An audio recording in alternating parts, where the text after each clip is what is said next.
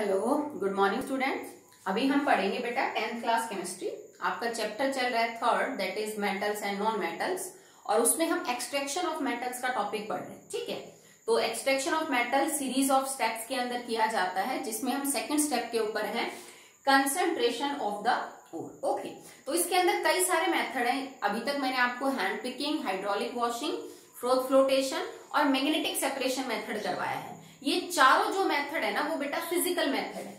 Concentration of ओर के अंदर आप दो तरह से इनके मेथड्स को लिख सकते हैं, फिजिकल मेथड और chemical method.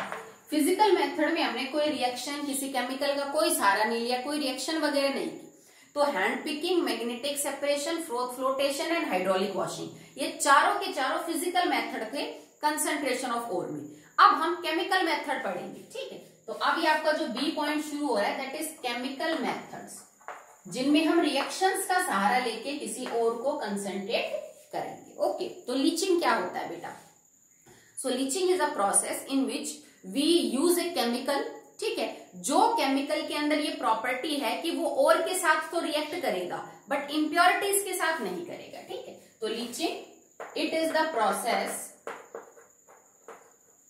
In which we use a reagent reactant ही होता है बेटा, कंपाउंड या रिएजेंट दैट रिएक्ट्स विथ और बट डू नॉट रिएक्ट, या फिर रिएक्ट की जगह आप लिखिए दैट आर सॉल्युबल, लिख लीजिए, बेटर रहेगा। That is soluble with ore but not soluble with impurities. This is the basic principle behind this process।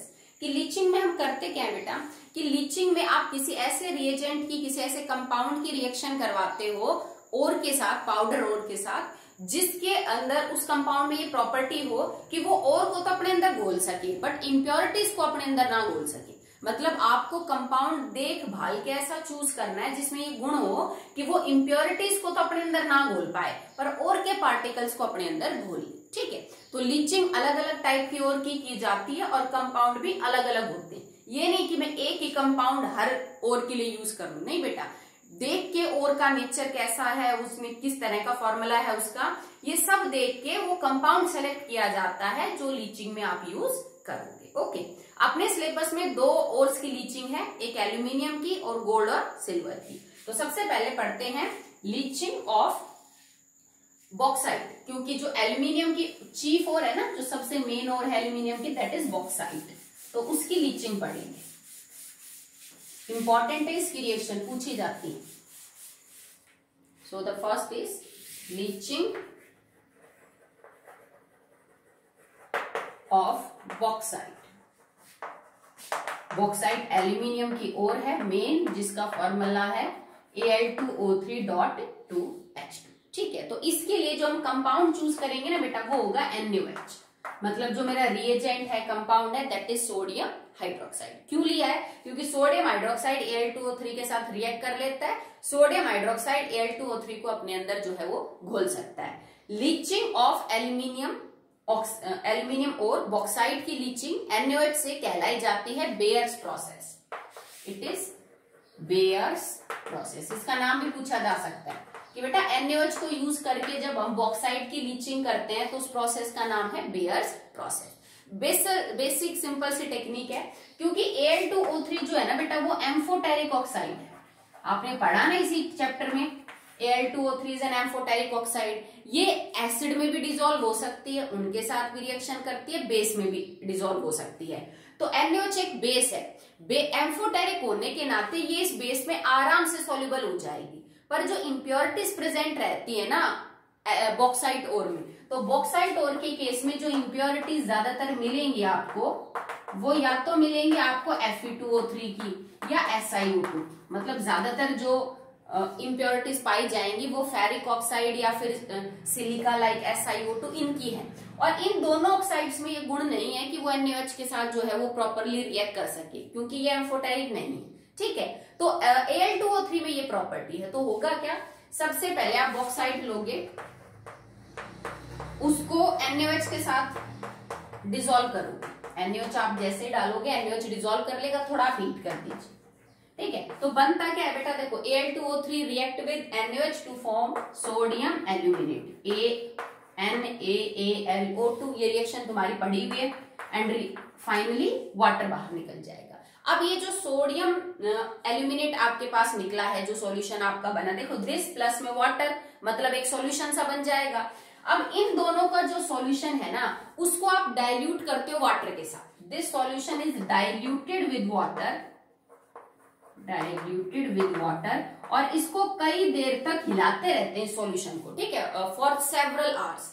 आपको ये जो सॉल्यूशन है इसमें आप और पानी डाल दीजिए और सॉल्यूशन को कई घंटों तक लगातार हिलाते रहिए, और उसके बाद इसमें कुछ फ्रेश पीपीटी डाल दीजिए, किसके, एल्यूमिनियम हाइड्रोक्साइड के, ठीक है। कई घंटों तक हिलाना है पानी के साथ डाल के इसको, और फिर कुछ फ्रेश पीपीटी डाल दो, किसके, एल्यूमिनियम हाइड्रोक्साइड के। तो क्या होगा, सॉल्यूशन में से एल्यूमिनियम हाइड्रोक्साइड के प्रेसिपिटेट बनने शुरू हो जाएंगे। मैंने थोड़ा सा एल्यूमिनियम हाइड्रोक्साइड के प्रेसिपिटेट इसलिए डाले क्योंकि ये प्रोसेस सीडिंग है।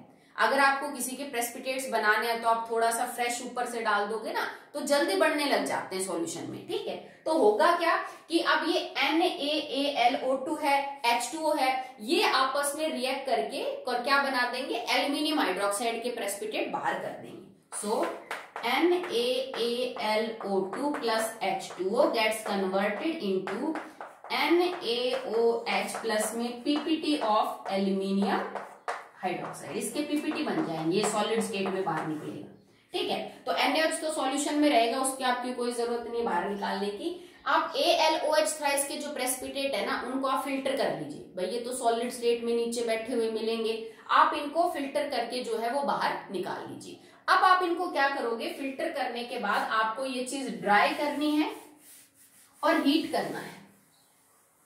आप जैसे बड़े बड़े, क्योंकि अगर आप बहुत बड़े लेवल पे यूज कर रहे हो तो आपके पास अलग से अपरेटस होते नहीं, तो जैसे लैब में करके देख रहे हो तो आपके पास क्या मिलेगा, फिल्टर पेपर वगैरह होगा, उससे आप AlOH थ्राइस के प्रेसिपिटेट्स को क्या कर लीजिए, फिल्टर कर लीजिए, ठीक है। उसको अच्छे से धो लो, सुखा लो, और फिर अब इनको आप हीट करो हाई टेम्परेचर पे 1500 डिग्री सेल्सियस के आसपास, ठीक है।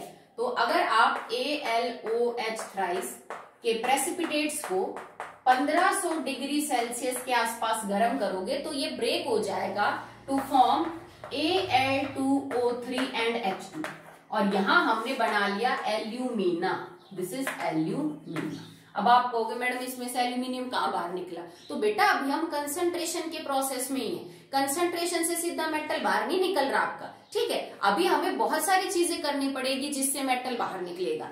ये सारी लीचिंग हमने सिर्फ किस लिए की, ताकि मैं बॉक्साइट को एल्यूमिना में कन्वर्ट कर सकूं।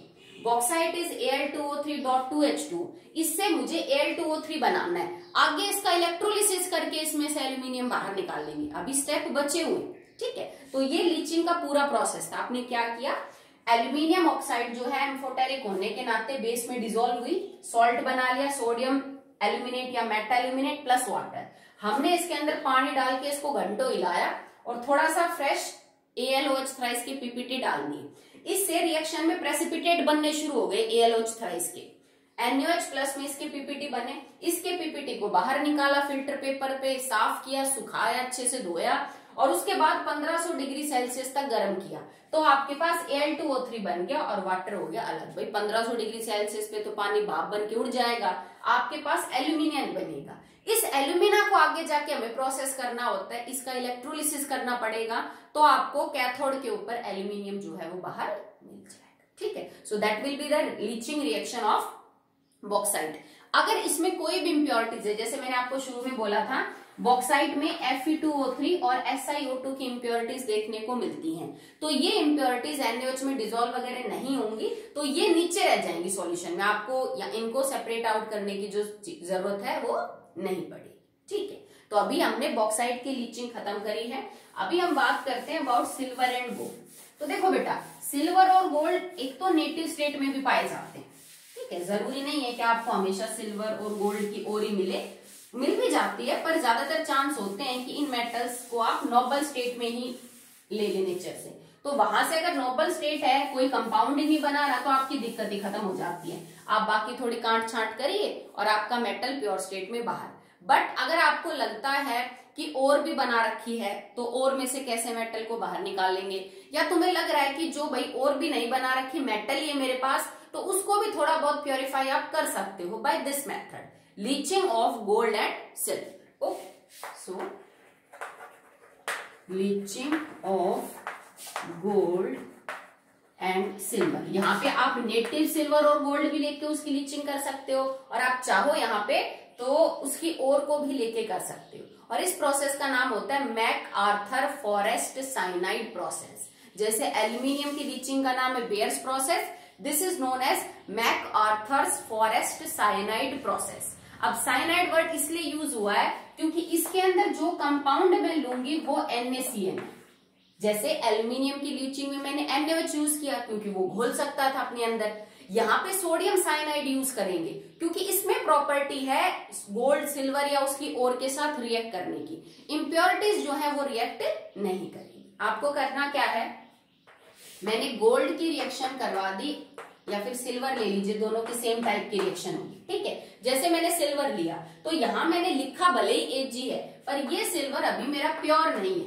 ये वो सिल्वर है जो मैंने अर्थ से डिग करके हाइड्रोलिक वॉशिंग करके अभी लिया है। It is not 100% pure. ठीक है, तो इम्प्योर चांदी आपके पास है, उसकी रिएक्शन आपने NaCN H2O और O2 के साथ करवा दी, मतलब हवा, पानी, NaCN और जो इम्प्योर चांदी आपके पास है आपने उनकी रिएक्शन करवा दी। तो एक कोऑर्डिनेशन कंपाउंड बनेगा आपका। कौन सा बनेगा?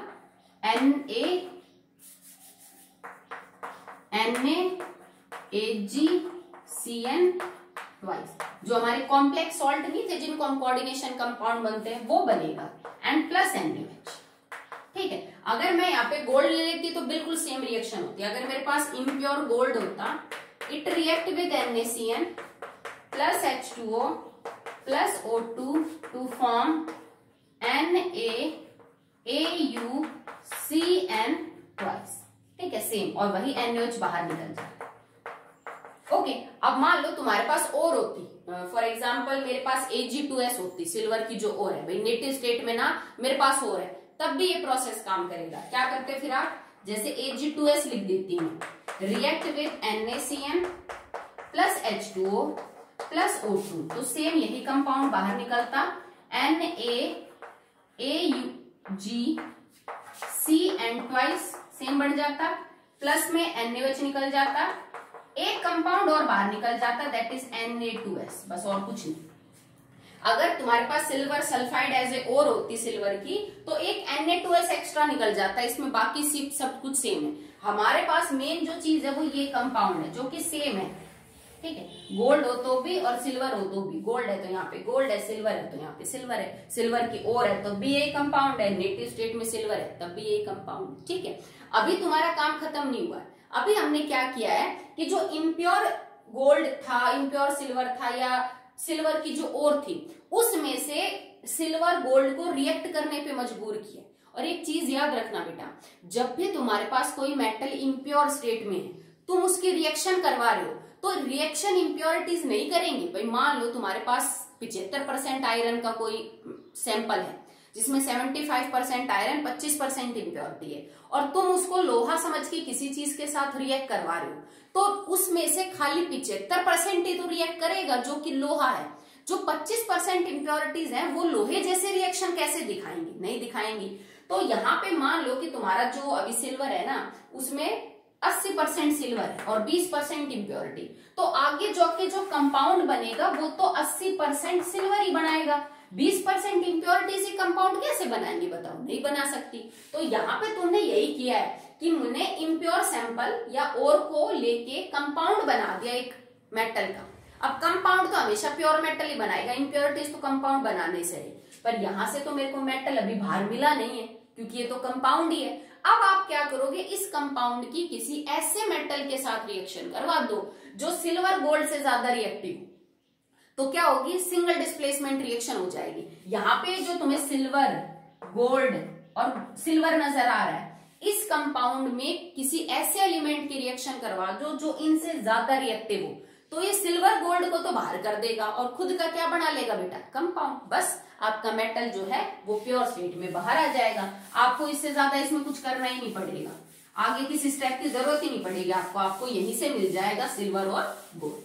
कैसे, देखो जैसे मेरे पास ये कंपाउंड है NaAgCN ट्वाइस, मैंने इसकी रिएक्शन जिंक के साथ करवा दी। अब जिंक जाहिर सी बात है बेटा, गोल्ड सिल्वर इनसे तो बहुत ज्यादा रिएक्टिव है, ठीक है। तो अब जिंक क्या करेगा, अपना कंपाउंड बना लेगा। अब जिंक क्या बनाएगा, Na2ZnCN4, ठीक है। अब देखो ये तो चार्ज अलग अलग होगा क्योंकि बेटा यहाँ पे सिल्वर के ऊपर +1 चार्ज है और यहाँ पे जिंक के ऊपर +2 होता है, इस वजह से फॉर्मूला थोड़ा बदल जाएगा। और क्या बाहर निकल गया, सिल्वर जो है वो आपका बाहर निकल गया।